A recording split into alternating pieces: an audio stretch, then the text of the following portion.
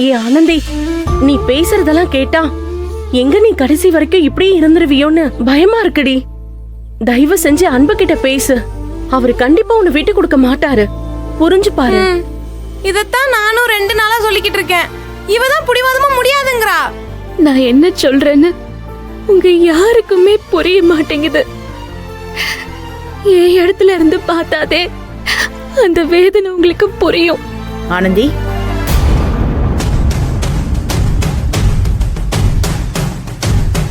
நம்ம பேசினதை கேட்டிருப்பாங்களோ?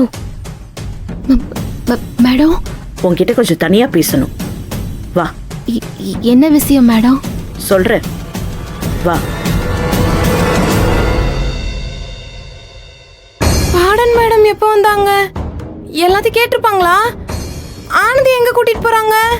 தெரியலையே, என்ன நடக்க போகுதுன்னு ஒன்னும் புரியல.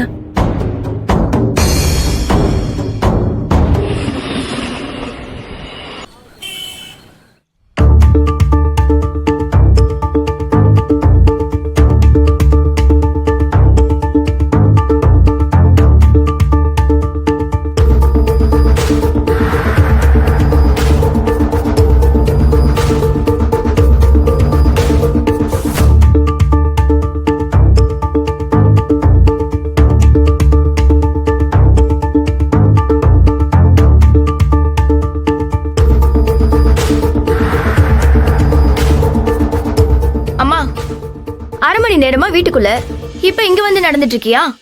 அண்ணா வராம எங்கம்மா போயிட போறான்? அவன் இன்னும் ஆளு காணமேடி. அப்படி என்னதான் அவன் பண்ணிட்டு இருக்கான்? அம்மா, நீ தேவையில்லாம இப்ப டென்ஷன் ஆயிட்டு இருக்க.